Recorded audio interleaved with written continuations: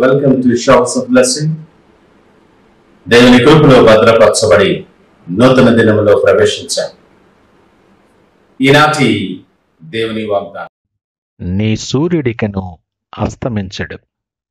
Your sun will no longer set. యెషయా గ్రంథం 60వ అధ్యాయం 20వ వచనం. Praise God. ఈ నూతన దినములు దేవుడు మీ కొరకు సిద్ధపరచిన ప్రతి దీవెన ఆకాశపు వాకిళ్ళు విప్పి మీ మీద కృమ్మరించునుగాక. మరి ఒక నూతన దినాన్ని ఆరంభిస్తున్న నేపథ్యంలో ప్రేమ కలిగిన వాగ్దానము ద్వారా దేవుడు నిన్ను దర్శిస్తూ ఉన్నాడు. దేవుని ప్రేమను మన జీవితంలో ఎలాగా కృమ్మరిస్తున్నాడో గమనించావా? యోగ్యత లేనటువంటి మన జీవితాలలో, మంటివారమైనటువంటి మన బ్రతుకుల మీద నూతన దినపు సూర్యోదయ కిరణాలు ప్రసరింపబడటానికి యోగ్యులుగా మనల్ని ఎంచుకొని ప్రేమిస్తున్న దేవుడు ఈ ఉదయకాలము నీతో మాట్లాడుతూ ఉన్నాడు. దేవుడు ప్రసరింప చేస్తున్న వెలుగులో మనము నిలబడినప్పటికీ మన హృదయాలలో, మన జీవితాలలో, మన మార్గాలలో చీకటి రాజ్యమేలుతున్నదేమో పరీక్ష చేసుకునే సమయం. ఒకసారి మన గతాన్ని గుర్తు చేసుకుందాం. నడిచి వచ్చిన మార్గాలను చూసుకుందాం. నిద్రలేని రాత్రులు, చింతించేటటువంటి దినాలు, ఎప్పుడు తెల్లారుతుందా అని వేచి ఉంచిన సమయాలు జ్ఞాపకం చేసుకుందాం. అనేక సమయాలలో వేదన, శోధనలలో, శ్రమలో చిక్కుబడి కృంగిపోయి బ్రతుకులో వెలుగు ఎప్పుడైనా కలుగుతుందా అని ఎదురు చూస్తున్న సమయాలు కూడా జ్ఞాపకం చేసుకుందాం. కొన్నిసార్లు ఈ వాక్యము వింటున్న నీకు ఆ వెలుగును చూడక చీకటే నీ జీవితంలో ఇంకా రాజ్యమేలుతుందేమో. సంతోషము లేదు, సమాధానం లేదు. ఎందుకు ఇలా జరుగుతుందో కూడా తెలియనటువంటి నేపథ్యం.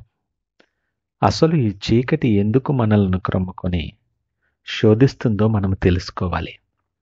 వెలుగైనటువంటి దేవుడు మనం లోకానికి వెలుగుగా ఉండాలని మనల్ని దీవించి ప్రతిష్ఠించాడు.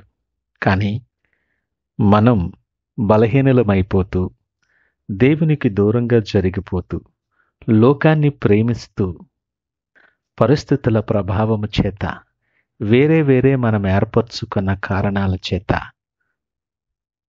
వెలుగుగా ఉండాల్సిన మనం ధర్మశాస్త్రాన్ని, దేవుణ్ణి విసర్జించి దినాలు గడుపుతూ ఉన్నాం.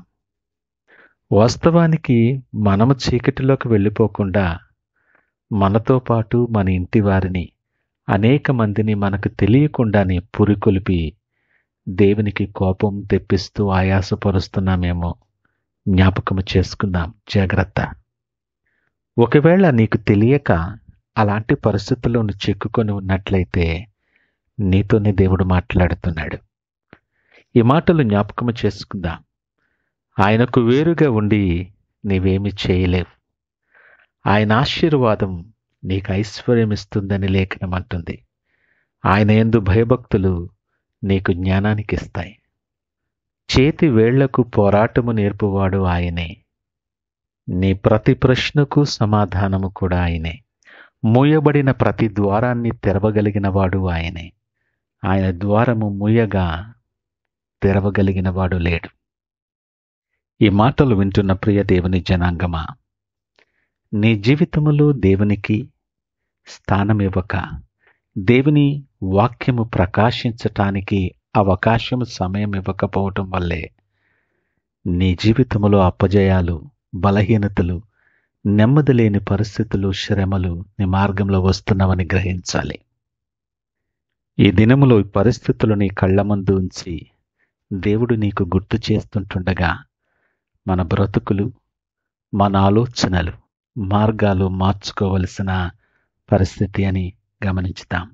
ఈ నూతన దినము గొప్ప అవకాశం మన జీవితంలో. ఇప్పుడైనా సరే ఆయన తట్టు నువ్వు తిరగలిగితే, ఆయనకు నీ జీవితంలో, నీ కుటుంబంలో స్థానం ఇవ్వగలిగితే, నీ జీవితంలో వెలుగు ప్రసరించటం ఆరంభిస్తుంది.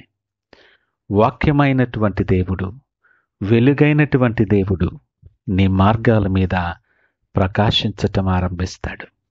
నీ వేదనకరమైన దినాలు, దుఃఖ దినాలు, నువ్వు వేదనతో ఆక్రందన చేస్తున్న దినాలు సమాప్తమవుతాయి. చీకటి సంబంధమైనటువంటి ప్రతి వేదన అది ఆపివేయబడుతుంది. అంత మాత్రమే కాదు సుమా, దేవుడే స్వయంగా నీకు నిత్యమైన వెలుగుగా ఉంటాడంట. నీలో ప్రతి విధమైన చీకటి సంబంధమైనటువంటి ఆలోచనలు, నడతలు, ప్రవర్తన పారద్రోయబడడానికి నీ హృదయ ద్వారాలు తెరవవలసిన సమయం. ఆయన మహిమ నీ మీద ప్రకాశించలాగన, ఆయన వెలుగు నీ మీద ప్రకాశించటానికి సిద్ధపడిన సమయం ఇది. ఇంకెంతకాలం నువ్వు స్థానము లేకుండా హృదయ ద్వారాలు మూసి ఉంచుతావు ఆయన్ని? ఎన్ని దినాలు ఆయనని ఇంకా నీ గుమ్మము బయట నిలవబెడతావు? ఎన్నూతన దినములో దేవుడు నిన్ను ధైర్యపరుస్తున్నాడు. నీవు నాకు కావాలి అంటున్నాడు ఆయన. నీవు నా సొత్తు. చీకటిలో ఉండటానికి కాదు, నీ మీద నా వెలుగు ప్రకాశించ చేయడమే కాదు కానీ నిత్యమైన వెలుగుగా ఆయన ఉంటానంటున్నాడు.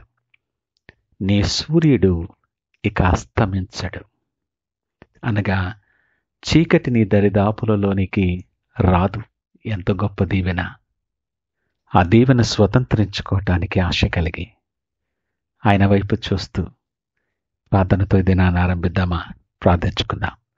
పరిశుద్ధుడు, ప్రేమ నమ్మకమైన మా యేసయ్య స్తోత్రాలు.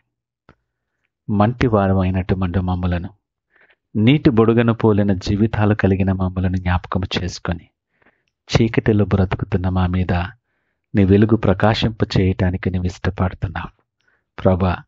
మా చీకటి జీవితాన్ని, పాపపు బ్రతుకుని విడిచి నీ వెలుగు మా మీద ప్రకాశింపబడటానికి యోగ్యమైన పాత్రలుగా మమ్మల్ని సిద్ధపరచి మీరే మహిమ ఘనత ప్రభావాలు పొందమని యేసు పరిశుద్ధ నామమున అడుగుచున్నాము తండ్రి. ఆమేన్. God bless you.